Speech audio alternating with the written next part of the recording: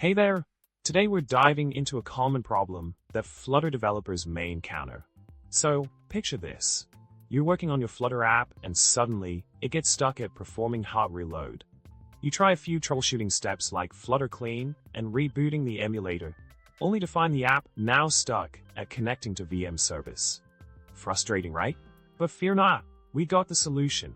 When analyzing the issue in detail, it was discovered that the culprit behind the problem was incomplete code within the ListView.builder's callback. The code was returning an empty container, which resulted in no visible content being displayed.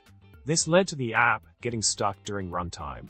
It's essential to ensure that the widgets return within the ListView.builder resolve to a render widget to avoid such hiccups.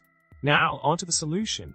By updating the code to include the itemCount parameter in the ListView.builder, we define the number of items the list should display.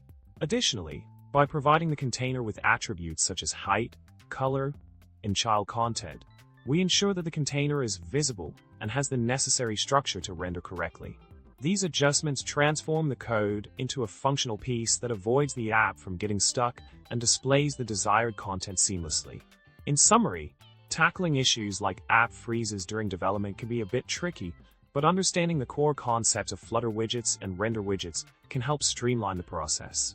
By following the solution provided, you can ensure a smooth development experience without any roadblocks. Remember, Flutter development is all about trial and error. So don't be disheartened by challenges, embrace them as learning opportunities. Alright folks, that's a wrap for today. Don't forget to like, subscribe, and leave a comment below. Until next time, happy coding!